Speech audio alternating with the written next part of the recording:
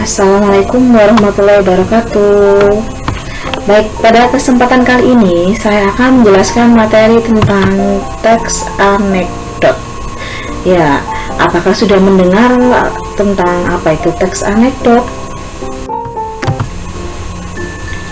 Baik, sebelum saya akan menjelaskan tentang apa itu teks anekdot, apa saja struktur teks anekdot, dan bagaimana kaidah kebahasaannya, kita simak terlebih dahulu beberapa pertanyaan untuk menggali pemahaman kalian terhadap apa itu teks anekdot. Nah, bagaimana pengalaman kalian dalam menyampaikan kritik kepada pihak lain? Tentunya semuanya pasti pernah menyampaikan kritik kepada pihak lain, baik itu kepada temannya, kepada saudaranya, atau kepada ketua kelas yang paling dekat dengan kalian saat ini. Nah, biasanya kalau kalian menyampaikan kritik itu kan biasanya langsung aja disampaikan apa yang ingin kalian kritik, langsung kalian utarakan. Nah, tetapi dalam materi pembelajaran teks anekdot kali ini kita akan mempelajari bagaimana caranya kita menyampaikan kritik kepada orang lain dengan cara yang berbeda. Kemudian sebelum kita mengkritik orang lain, tentunya kita harus tahu ya bagaimana memilih sumber yang dapat dipercaya dalam menyampaikan kritik. Nah, ini menjadi hal yang paling penting agar tidak terjadi kesalahpahaman antara pihak yang dikritik dengan pihak yang mengkritik. Karena kita sebagai pihak yang mengkritik juga harus memastikan sumber dari mana, apakah itu sudah benar, dari mana infonya, itu harus kita pastikan. Dari mana kita memilih sumber itu, kita bisa melakukan wawancara dari pihak-pihak terkait, kemudian kita bisa menggali informasi dari internet, misalkan dari artikel, berita, atau yang lainnya. Kemudian bagaimana caranya kita menyampaikan kritik secara santun? Nah, ini yang akan sulit untuk kita terapkan mungkin ya. Nah, untuk menyampaikan kritik secara santun, kita bisa menyampaikan kritik dengan cara yang berbeda, yaitu misalkan kita bisa menyampaikan kritik dengan diselingi humor atau lelucon agar pihak yang kita kritik tidak tersinggung atau bahkan merasa tidak kita kritik. Baik, sebelum melangkah lebih jauh untuk mengetahui apa itu teks anekdot, Ibu ingin menanyakan, pernahkah kalian menyaksikan stand up komedi atau lawakan tunggal? Pasti pernah kan ya, stand up komedi ini biasanya tayang di televisi. Kemudian kira-kira kalau kalian masih ingat nonton stand up komedi waktu itu, bagaimana isi dari stand up komedi yang pernah kalian lihat? Nah, isi dari stand up comedy itu kan biasanya isinya adalah mengkritiki orang lain. Kalau biasanya atau komika-komika itu biasanya mengkritiki politisi, mengkritiki kinerja pejabat, atau mengkritiki artis, begitu bukan? Nah, sebelum melangkah lebih jauh lagi, saya akan menjelaskan manfaat menyampaikan kritik melalui senyuman dalam teks anekdot. Yang pertama, tentunya kalau kita menyampaikan kritik dengan senyuman atau dengan kata lain dengan anekdot, yang pertama, tidak akan terjadi perselisihan dalam mengkritikin orang lain. Yang kedua, tentunya pasti akan mencairkan suasana dalam menyampaikan kritik, sehingga pihak yang dikritik tidak tersinggung atau bahkan merasa dirinya tidak dikritik. Nah, tujuan pembelajaran kali ini yang setelah kita memaparkan itu tadi, yang pertama tujuan pembelajarannya adalah kalian bisa memahami konsep teks anekdot dengan benar. Maksudnya di sini kalian paham, oh ini tah yang dimaksud dengan teks anekdot gitu. Kemudian yang kedua, kalian bisa mengidentifikasi struktur teks anekdot dengan benar. Yang ketiga, kalian bisa mengidentifikasi kaidah kebahasaan teks anekdot dengan benar. Tapi gue tahu satu orang yang di bawah terang tuh lucu banget. Baik, sebelum melangkah lebih lanjut terkait dengan pengertian, struktur, dan kaidah kebahasaan teks anekdot, alangkah lebih baiknya kalian menyimak video lawakan tunggal yang linknya sudah saya siapkan di deskripsi box. Silakan disimak terlebih dahulu. Oke, dan tepuk tangan juga buat Indonesia yang sudah mengumpulkan sementara emas terbanyak. Dan saya senang sekali Indonesia bisa mengumpulkan emas di SEA Games. Karena apa? Hanya dari SEA Games kita bisa punya banyak emas. Di Freeport Irian kita sudah tidak kebagian emas. Ya, kekayaan alam Indonesia sudah habis. Akhirnya apa yang dilakukan masyarakat Indonesia? Mereka mengeksplorasi kekayaan alam gaib, pocong, kuntilanak, ya, main film semuanya, ya kan? Yang paling banyak mengumpulkan yang pertama kemarin dayung. Weh, dayung Indonesia sip nomor 1. Karena apa? Memang karena apa? Hanya di Indonesia yang kita bisa sekali mendayung 2-3 pulau terlampaui. Kemudian karate ya, karate. Karateka-nya mau berangkat naik sepeda dulu. Karate, ya, karate mengumpulkan emas terbanyak juga ya. Karena apa? Negara lain biasanya pakai dan 1, dan 2, dan 3. Indonesia dan kawan-kawannya.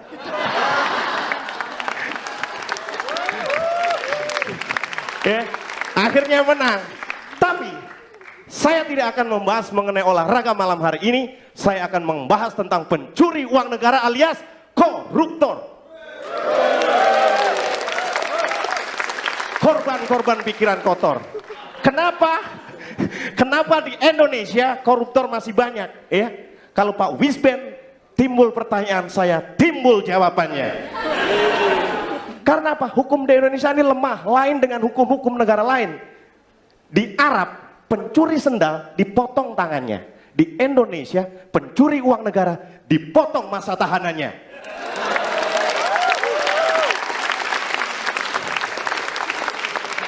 Di Cina, koruptor digantung kepalanya. Di Indonesia, koruptor digantung kasusnya.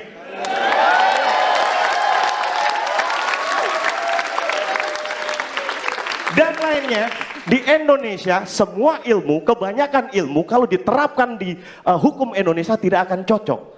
Dokter mengatakan sakit itu disebabkan oleh virus. Tapi dalam hukum Indonesia hanya gara-gara dipanggil orang bisa tiba-tiba sakit. Pak, Bapak dipanggil KPK? Aduh.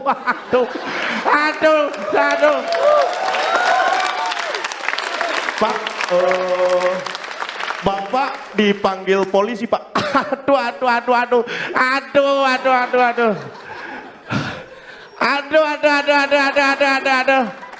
Maaf Pak, Bapak ini kan belum dipanggil.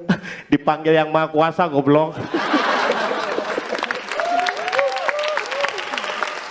Katanya Indonesia sudah menerapkan yang namanya katakan tidak pada korupsi. Iya, banyak pejabat yang sudah menerapkan. Oh, Bapak korupsi? Oh, tentu tidak.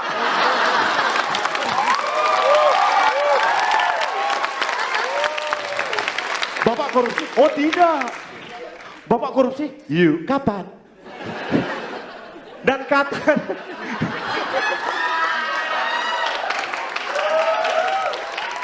katanya di Indonesia tahanan koruptor bisa keluar masuk penjara. Itu berita bohong. Yang benar adalah dia masuk dulu baru keluar nggak balik-balik. Ya. Korupsi ternyata di Indonesia tidak hanya masalah uang dan barang. Di Indonesia saking parahnya waktu juga dikorupsi. Contohnya, saya sebenarnya 6 menit karena saya korupsi ya saya tutup sampai sekian. Wassalamualaikum warahmatullahi wabarakatuh.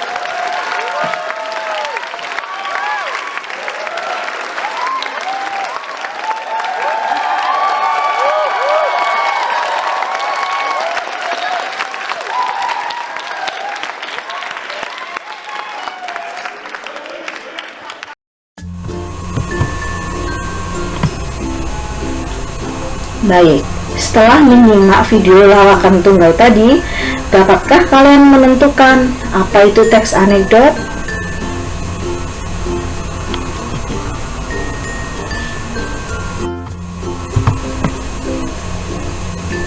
Nah, setelah kalian menyimak video lawakan tunggal tadi, Ibu harap kalian sudah bisa menentukan, sudah bisa membangun konsep, sudah bisa mengetahui apa itu teks anekdot gitu. Nah, jadi teks anekdot adalah teks yang berisi lelucon yang digunakan untuk menyampaikan kritik atau sindiran kepada pihak lain. Jadi kita menyampaikan kritik itu diselingi dengan lelucon.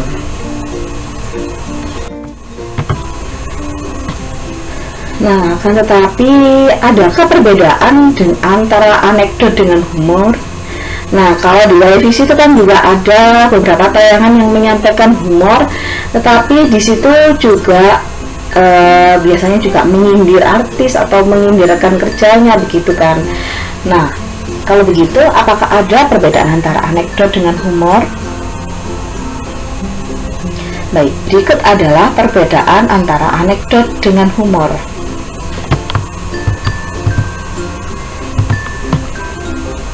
Nah, kalau anekdot memiliki struktur teks yang membangun teks itu sendiri, tetapi kalau humor itu bentuknya lebih bebas, tidak terikat dengan ceritanya, strukturnya, ataupun kalimat-kalimat yang ada di dalamnya. Kemudian kalau anekdot terdapat karakteristik kaidah kebahasaannya yang harus kita patuhi. Kemudian kalau humor, karakteristik bahasanya itu lebih bebas. Yang penting menggunakan bahasa yang komunikatif dan sifatnya itu hanya untuk menghibur. Kalau anekdot selain menghibur juga untuk menyampaikan kritik dan ada pesan moral yang ingin disampaikan di dalam anekdot.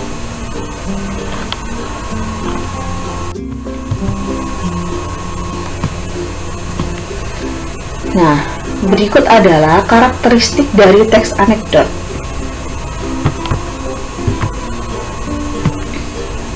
Yang pertama, ceritanya lucu dan menarik. Cerita tersebut biasanya berdasarkan pada kejadian nyata. Itu poin pentingnya dalam ciri-cirinya anekdot ini. Kemudian yang kedua, bersifat menyindir atau mengkritik. Sindiran atau kritikan biasanya disampaikan secara halus dan tidak terang-terangan. Nah, ini bedanya anekdot dengan humor. Kalau humor itu biasanya dalam menyindir atau mengkritik itu langsung disampaikan secara langsung. Tetapi kalau di anekdot kita menggunakan cara lain, misalkan dengan menggunakan kata-kata kias atau majas untuk menyampaikan kritik tersebut. Jadi kita sampaikan secara halus, tidak terang-terangan. Kemudian anekdot itu bersifat mengesankan. Artinya karena hal yang disampaikan itu cukup menggelitik, cukup lucu ya. Jadi sangat berkesan kepada pembacanya atau pendengarnya. Kemudian kalau humor tidak ada pesan moralnya, tetapi kalau di dalam anekdot mengandung pesan moral. Jadi tidak hanya menghibur, teks anekdot ataupun lawakan tunggal itu mengandung pesan moral yang kuat yang akan disampaikan kepada pembaca atau pendengar.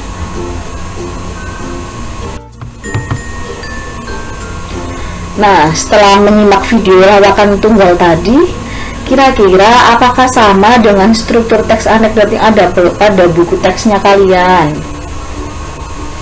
Nah, sedikit di sini Ibu sedikit membahas tentang isi dari lawakan tunggal atau stand up comedy yang sudah kalian saksikan sebelumnya. Tadi kan ada stand up comedy yang berjudul korupsi, yang membahas korupsi begitu ya. Nah, pada awal-awal di situ dalam video tersebut komikanya menyampaikan saya akan membahas tentang pencuri uang negara atau koruptor gitu kan. Nah, itu adalah bagian bagian tersebut merupakan bagian pembuka, atau kalau dalam struktur teks bagian tersebut merupakan sebuah orientasi. Kemudian setelah itu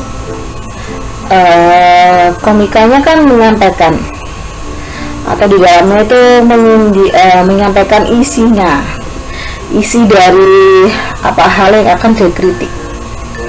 Di situ komika juga menyampaikan kalau di Indonesia, di Cina orang koruptor digantung kepalanya, tetapi kalau di Indonesia digantung kasusnya.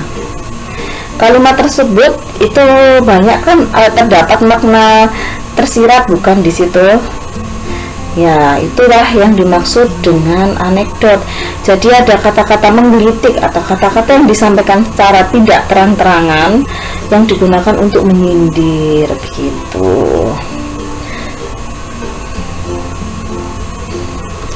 Jadi apakah sama struktur teksnya tadi dengan video lawakan tunggal? Nah, di sini Ibu akan menjelaskan tentang struktur teks anekdot. Setelah kalian punya bayangan isinya lawakan tunggal tadi, kalian simak struktur teks anekdot berikut ini. Yang pertama ada orientasi. Orientasi ini merupakan sebuah pembuka cerita atau pengenalan tokoh atau latar belakang terjadinya peristiwa.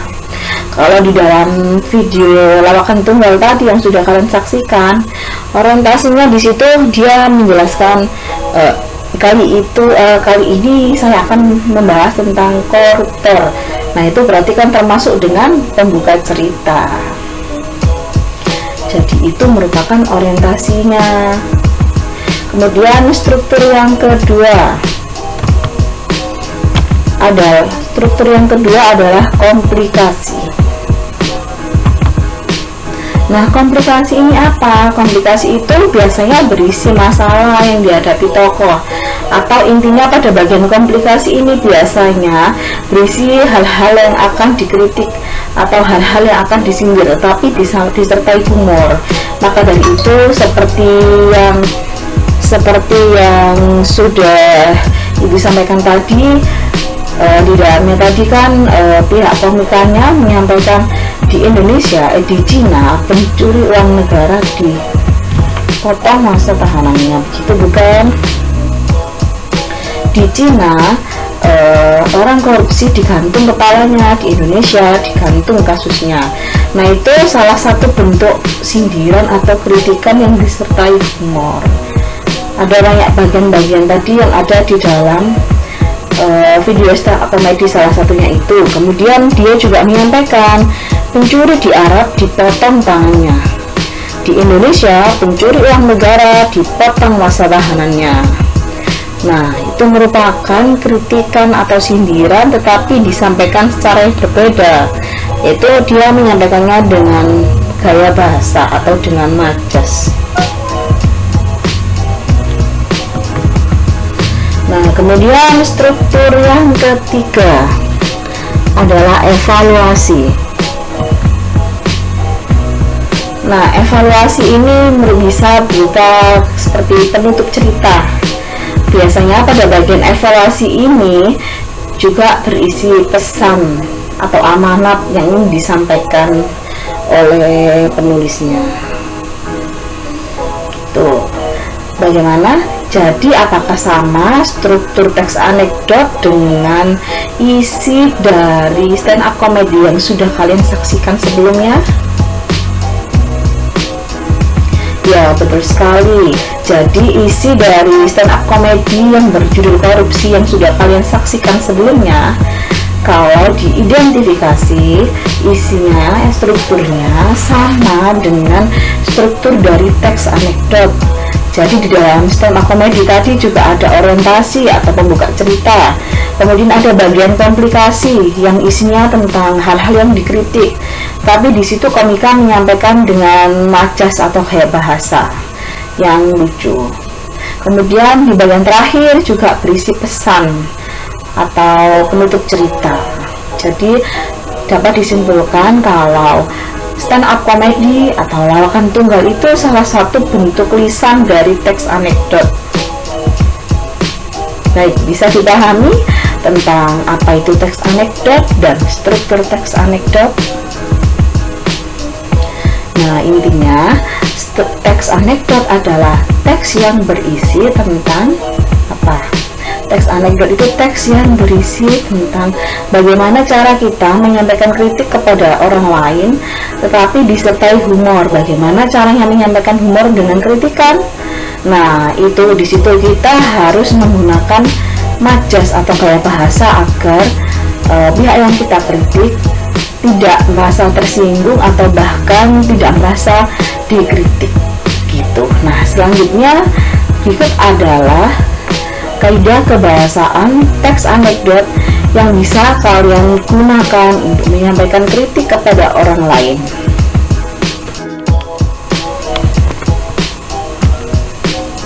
Nah, kaidah kebahasaan teks anekdot yang pertama ada kata kerja material, pertanyaan retoris, kemudian ada majas. Nah, majas yang biasa digunakan dalam anekdot ini yang pertama ada majas ironi, sinisme, dan sarkasme. Baik, saya akan menjelaskan tentang kata kerja material. Jadi kata kerja material ini sama seperti kata kerja pada umumnya. Jadi kata kerja material adalah kata yang menunjukkan aktivitas yang dilakukan oleh subjek atau yang dilakukan oleh tokohnya. Nah, kata kerja itu kan biasanya menggunakan imbuhan me. Kemudian pertanyaan retoris. Jadi pertanyaan retoris itu adalah pertanyaan yang tidak membutuhkan jawaban karena sebenarnya penanya itu sudah tahu jawabannya. Jadi gunanya pertanyaan retoris di sini itu untuk menyampaikan humor tadi. Gitu, itu merupakan pertanyaan retoris. Jadi seperti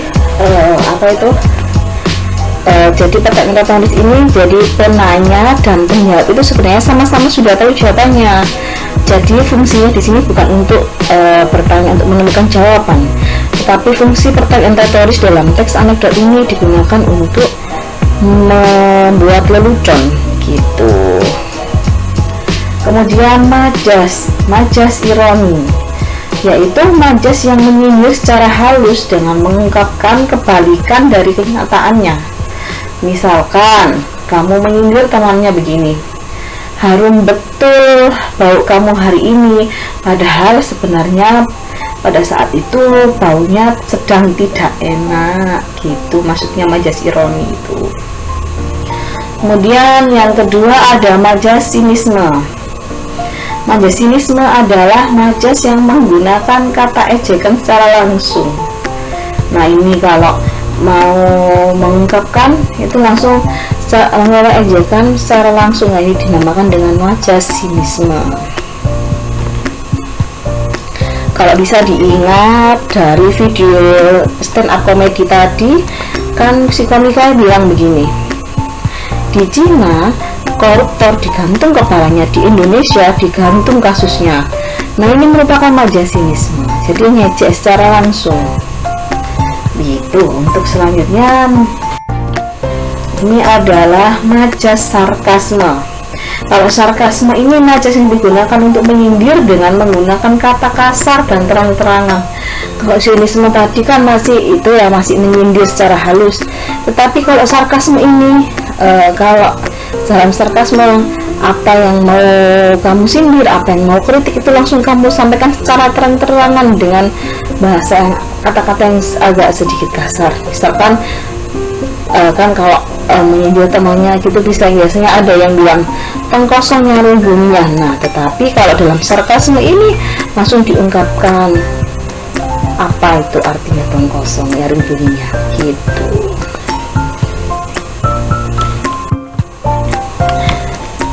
Baik, dari serangkaian pembelajaran kita hari ini, apakah proses yang paling berhasil kalian lakukan? Kemudian apa saja kesulitan yang dialami selama proses pembelajaran pada hari ini? Silakan ditulis pada form yang sudah saya siapkan. Terima kasih. Assalamualaikum warahmatullahi wabarakatuh.